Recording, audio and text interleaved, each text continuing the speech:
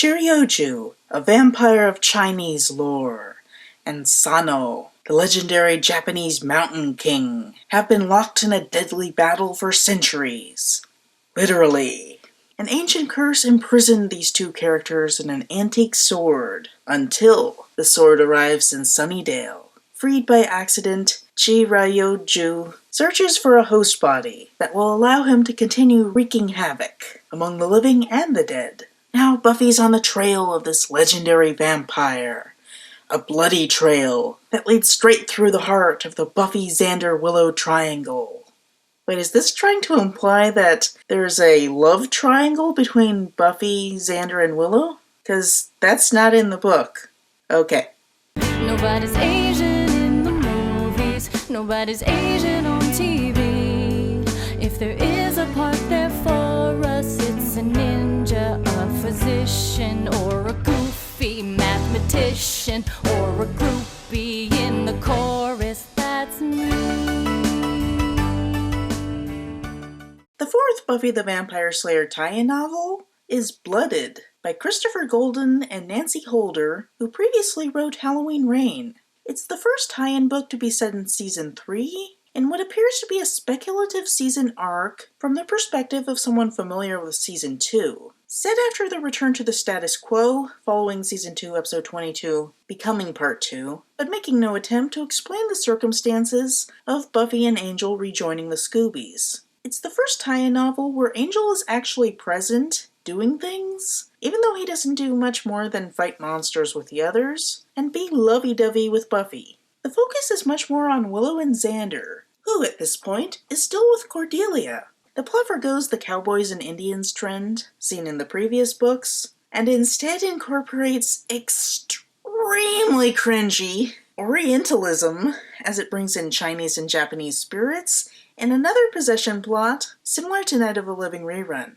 I found Halloween Reign to be mediocre and only liked an amusing costume gimmick, where they all dressed as interesting characters. The authors didn't have a good grasp on the canon characters' motivations, and condescendingly depicted the teenagers as stupid for engaging in popularity games, and suggested that their knowledge of pop culture was detrimental, a false knowledge destroying their intellect when they should really be focusing on being studious, and only absorb their school curriculum. But that was the author's first effort in an undeveloped book series. They've had almost a year now to study the show, read the other entries in the series, and develop their craft. I don't know about you, but I'm willing to give this another shot. Fortunately for them, most of Sunnydale High students didn't know they lived in the Hellmouth. In blissful ignorance, they went on wasting their lives. A full-time job for a teenager, especially if you wanted to be really good at it. Not off to a good start. They do realize that teens were their target readership, right? The show isn't perfect, but it's generally sympathetic to the lives of young people who just have a lot going on in their lives. And this condescending tone isn't true to the series and is just obnoxious. The book opens with Buffy, Giles, Willow, and Angel fighting vampires to rescue Xander and Cordelia from a vampire leader cosplaying King Lear. Like, he's a Shakespearean actor who became a vampire, decided to permanently play one of his characters, and made everyone call him King Lear. That's like a Seinfeld character level of weirdness. I fought more than a couple pimply, overweight vamps that called themselves Lestat. The oddest part might be that he literally threatens to kill someone named Cordelia, and never acknowledges the parallel. On a feminist analysis note, I like the fact that both Cordelia and Xander are treated equally as threatened victims, not playing up the endangered woman angle. King Lear has nothing to do with the rest of the plot, but it makes sense because this one adventure feels like one episode in a larger season arc. The Scoobies win, go home, and start new adventures, as happens through the course of a season. The King Lear fight serves to illustrate the status quo, how the Scoobies function as a group, and it shows how Willow is an inexperienced fighter, largely dependent on Angel. After the fight, Willow's lack of fighting ability is emphasized when she's randomly attacked by a pair of muggers. Having nothing in her wheelhouse short of lethal force, she freezes, and they beat her up and rob her. It is surprisingly violent. Willow ends up covered in bruises and with a wrist in a cast. Holy crap! Instead of this brutality being used to make us hate the muggers themselves are incidental, not much different from the vampire that stabs Buffy in Season 5, Episode 7, Fool for Love. It's all about making Willow feel insecure and setting up her anxieties over being a kind of chair member of the team, and not a warrior like Buffy and Angel. From a feminist perspective, I like the neutrality of the attackers being male. There's no rapey or misogynistic element to it, and it's done without a relegation of the female-targeted aggression to a female-specific girl fight. Also, race is never brought into the picture, which, considering the anti-Asian racism very prevalent in this book, the authors very easily could have done to play up the terror of an attack with a scary black man stereotype. So it at least isn't racist. The authors don't seem to have really cared about the depiction of the mugging, but that led to something that's actually kind of progressive. The book's season arc starts with a trip to the museum, a la Season 2, Episode 4, Inca Mummy Girl, to an exhibit about Kobe, Japan, and Japanese culture in general. In this world, Kobe and Sunnydale are sister cities. Kobe is already sisters with Seattle and Philadelphia, so Sunnydale seems reasonable when you can work in something about a mystical connection. But the choice of connection is pretty insensitive. Sunnydale's Hellmouth-related earthquakes are apparently related to the Great Hanshin earthquake, a topical real-world disaster. I think the book tries to say that the Masters earthquake in Season 1, Episode 12, Prophecy Girl, caused the earthquake in Kobe simultaneously, which is a research failure given that Prophecy Girl is set in 1996 and the Great Hanshin earthquake occurred in 1995, and it's just majorly tacky either way. It's the equivalent of saying that Thanos' snap caused the Fukushima disaster. Or, to flip things, that Japanese Oni caused 9/11. I mean, people died! Show some respect! There's a lot of not showing respect. Cordelia gets grossed out by feudal Japanese beauty standards, which, fine. It's Cordelia. She's rude. But Buffy and Xander agree with her, and there's no framing to suggest that it's a problematic perspective. Giles shares that Kobe gave a garden to Sunnydale as a gesture of friendship and discusses an apparent mystical quality to it. Xander quips that there could be vegetarian vampires. Did he just predict Twilight? Buffy gets into the weapons part of the exhibit and admires a sword supposed to have belonged to a Japanese mountain kami, a Shinto deity, named Sano, which literally means King of the Mountain. There's an attempt to tie it to the game King of the Hill, but I highly doubt that there's any relation to that. The character is based on, I'm probably gonna mess this up, Oyamagui no Kami, a real revered kami of Mount Hiei, which is technically near Kobe, but closer to Kyoto. Why use such an obscure religious figure from something only barely related to Kobe? Well, probably because Mount Hiei was in the vicinity of the Great Hanshin earthquake. Oni caused 9/11. According to the exhibit, Sano used the sword to defeat a Chinese demon named Chirayoju, and Buffy admires Sano as a comrade in the fight against evil. She and Willow discuss the weapons and talk about potentially training her in self-defense. When get this, Willow touches the museum artifact. Like, she wants to have a sword like that, and she touches it reverently. But why would reserved, nerdy Willow be so disrespectful to an exhibit? Xander, maybe, but Willow? And she breaks the handle. I mean, there's a secret compartment, but she pops the cap off and causes a coin to fall out, and she accidentally cuts herself, blooding the sword, and forgets about the other stuff. She absentmindedly pockets the coin and focuses on her injury. Okay. She's not accidentally shoplifting here. She's vandalizing an ancient artifact. And no one cares. Sure, Inca Mummy Girl got going when the seal broke, but that was Rodney, a delinquent, carelessly breaking things when burgling them, not a shy nerd examining an artifact. Weird much? Oddly, I think the writers got confused and thought that Xander was Jewish and Willow wasn't. Like maybe they misunderstood Xander's Nazi nightmare and didn't pick up on why Willow was afraid of her father catching her nailing a crucifix to her wall. Mrs. Rosenberg makes an appearance before her canonical introduction in Season 3, Episode 11, Gingerbread, and has zero Jewish coding, while part of Xander's comedy in the book involves him repeatedly calling himself a schmuck, which is itself an amusing misunderstanding of the strength of the word. Roughly the same as asshole, with an additional connotation of loser. While the writers go out of their way to avoid even using the word bitch, which is actually used on the show. Bitch! We can add Jewish culture to the list of cultures that the authors do not understand. The Scoobies fight monsters in other episodes, and Xander and Cordelia have dating misadventures, and Willow falls mysteriously ill, gaining a fever, and becoming increasingly angry and cruel. Not terribly different from the depiction of the hyena possession in Season 1, Episode 6, The Pack. Cordelia notices and bickers with her in an awful fat-shaming way that also incorporates slut-shaming and hates on sex workers for no good reason. Great.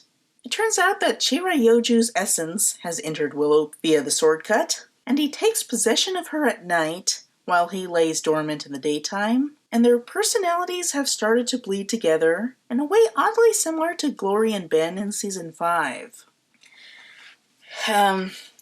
Chirayoju is not just a demon, he's... oh boy. An evil sorcerer employed by historical Chinese Empress, I'm probably going to butcher this, Wu Zetian, herself depicted as pretty evil if not demonic. I mean, basically a dragon lady with dragons. He became a vampire and then used his magic to become a super powerful version of a vampire, being able to fly like the vampires in the movie, as well as manipulate other demons, throw fireballs, and possess people. And then, oh my god, he's this over-the-top, just complete Yellow Peril caricature, like Fu Manchu, with this emphasis on his Asian eyes, his greenish pallor, like mold, and all his weird Chinese interests, Confucianism, bonsai, which is Japanese and not Chinese, origami, which is also Japanese and not Chinese, girls with lotus footbound feet, and fortune-telling with dragon bones. Not to mention complaining about Western parenting methods and swearing to do something about it when he takes over the world, even though he's a vampire sorcerer guy and shouldn't care. It's cheesy racism drawing on this cultural fear of Genghis Khan. It's just a mess. Like, he was clearly originally designed as a Japanese character, and then they changed him to Chinese and then just didn't update it enough.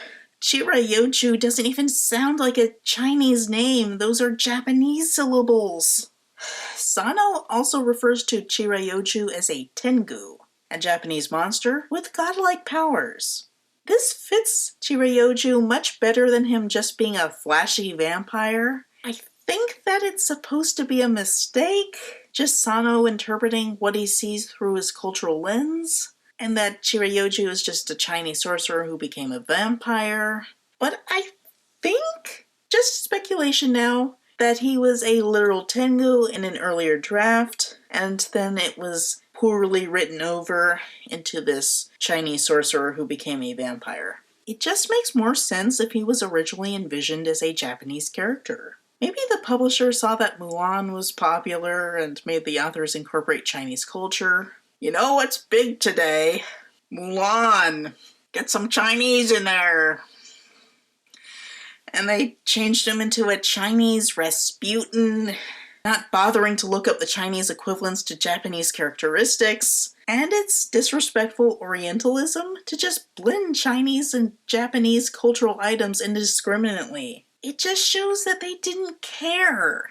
Chirayoju is kind of a sexual threat in that he refers to Willow as Weeping Willow, this little pet name.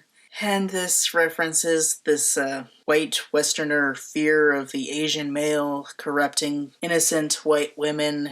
It really just goes way back. And American racism. Oh my god, how did this thing get published?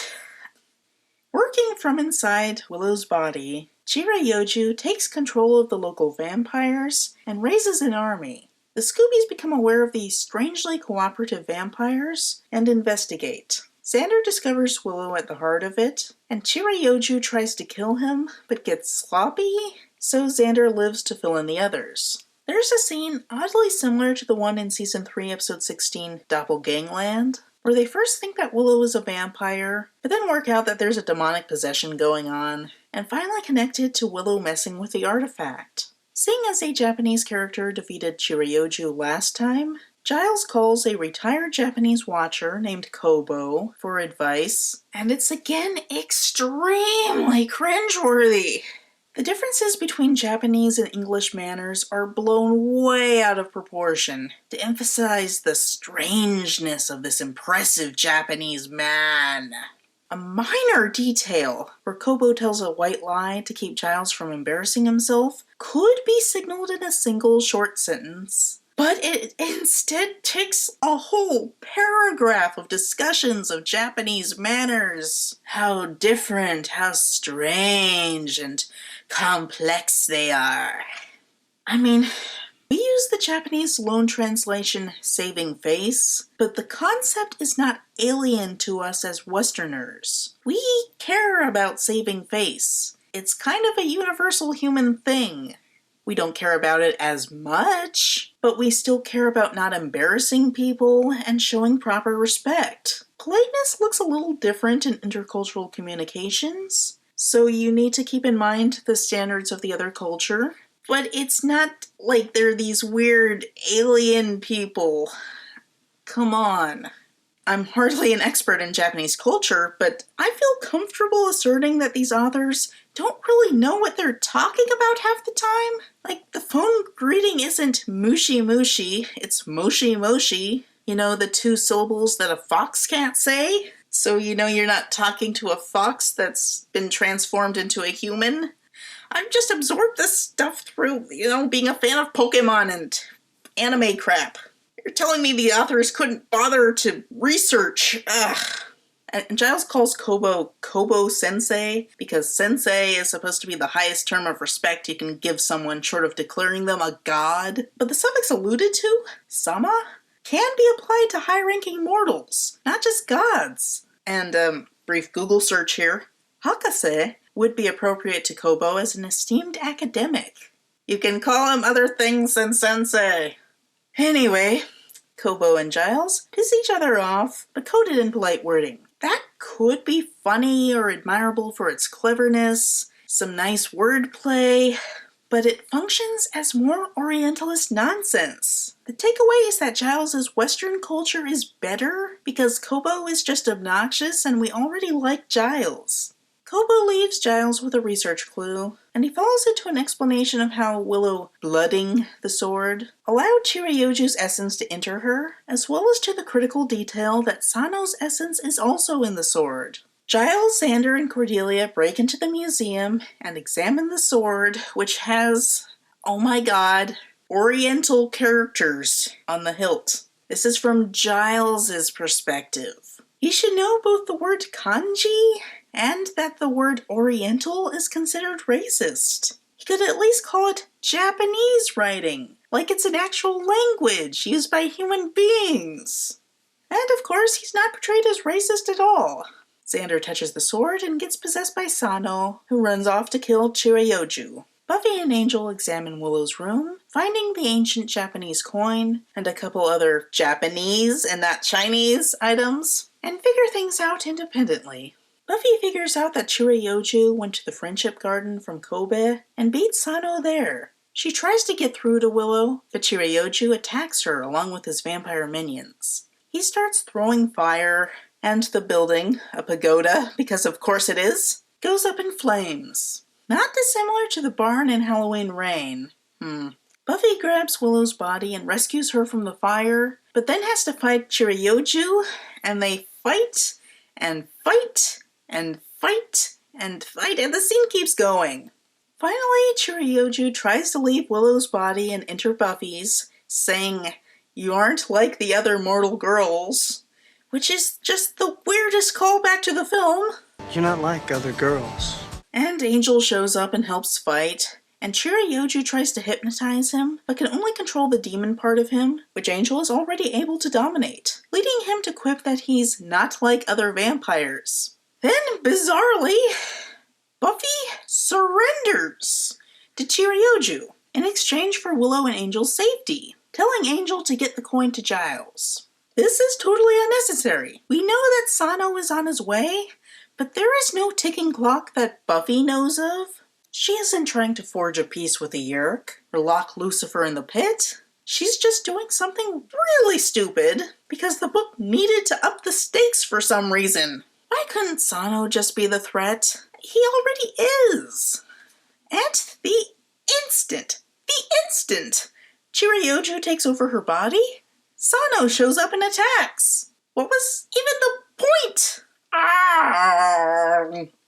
Chirioju and Sano engage in another overly drawn-out fight scene, now with Orientalism. Angel gets the coin to Willow and has her run to Giles, while he tries to keep Chirioju and Sano from killing each other. On the way, Willow realizes that the whole mess is her fault. Not for messing with a museum artifact. No, for wanting to know how to fight. What? That wasn't a problem in the first place. Learn how to fight. That's fine. You're in a dangerous world. You should know how to fight. It has so little to do with the actual problem, besides what she happened to be thinking about when she messed with the museum artifact. It's like if Buffy realized that her loud exercise music kept Giles from hearing his friends cry for help in Season 2, Episode 8, The Dark Age, and decided that she would never exercise again. Okay. Giles gets a last-minute fax from Kobo, apologizing for getting upset, and sharing an important spell. They all run to the Chirioju-Sano fight, and then Giles recasts the binding spell by praying to Japanese gods, not dissimilar from him praying to God in Halloween Rain, and Buffy takes control long enough to let Sano cut her, thus blooding Chirioju, and causing the spirits to be bound to the sword once again. She then destroys the blade to keep the sword from blooding anyone else. Yay! She's such a strong female character! After being so stupid! Hooray! Hey, does anyone remember those two muggers who brutalized Willow? No? Okay, they're still out there beating up other people. Fine, let's just headcanon that the skinwalker they let get away in Coyote Moon comes back and eats them. The book concludes on a note about the power of teamwork. Willow now satisfied with her role as guy in the chair. Whatever. Book over. I don't want to say that Blooded is without merit. There is some good humor. The back and forth between Xander and Cordelia is pretty amusing. Buffy compares Principal Snyder to a Ferengi, which references actor Armin Shimmerman's role as Quark on Deep Space Nine. And there's a weird but fun shout-out to comic book writer Greg Rucka in the form of a sleazy high school boy named after him. Coincidentally, Rucka would later write a Buffy tie-in short story in Tales of the Slayer Volume 1.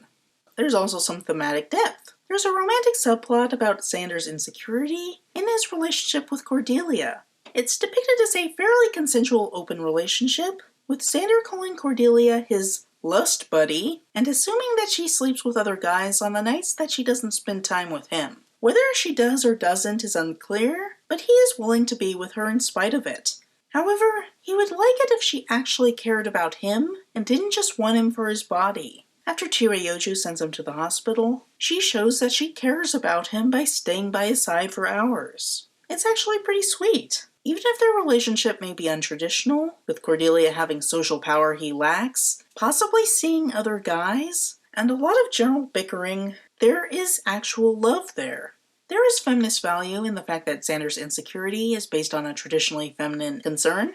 Does he really like me, or does he just like my body? And it's a good read on Xander as a character, because this conflict does show up in his relationship with Anya in Season 4, Episode 18, Where the Wild Things Are. This is in parallel to Willow's traditionally masculine insecurity, where she wants to know how to fight, even if that is resolved badly.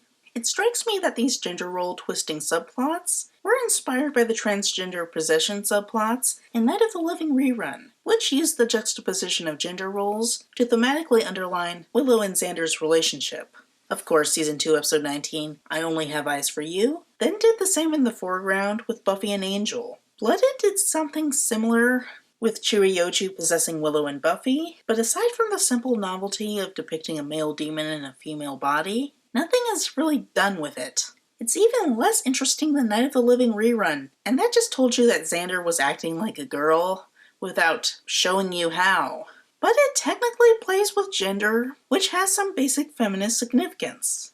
At the end of the day, though, Mrs. Lincoln isn't going to remember the good points of the play. Blooded is a bigoted mess of ageism, slut-shaming, fat-shaming, and most prominently a nasty take on Japanese and Chinese cultures, which are treated as the same culture for some reason.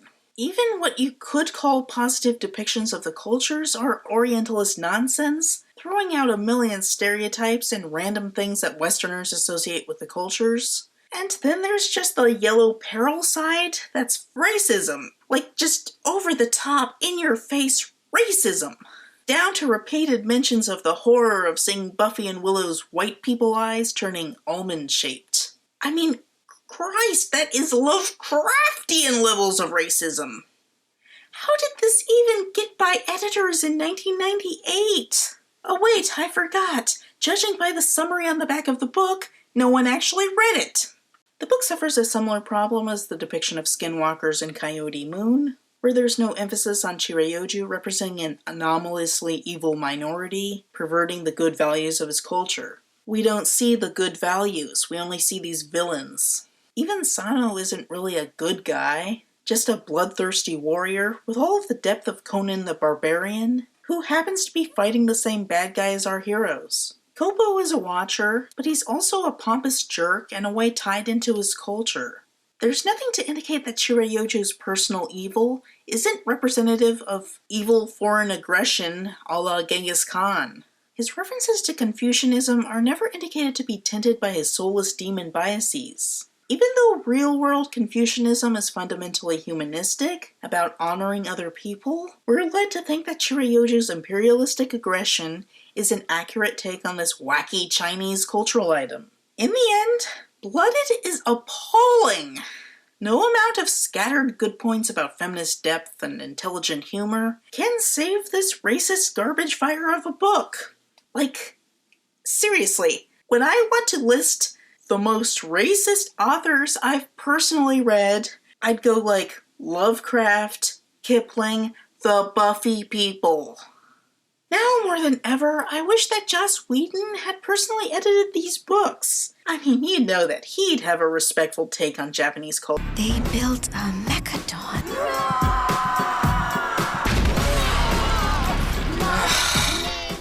Damn it, Joss. Whatever, review over. Next time, Golden and Holder strike again as Buffy fights the Fae and Child of the Hunt. Without the Asians on TV, who'd play the goofy mathematician, the computer technician, a wise old healer from Japan, a short but wealthy businessman, sell Korean groceries. Please like, share, subscribe, and consider donating to my Patreon. Pledges of $2 or more will earn you an explicit thank you at the end of each video. Thank you.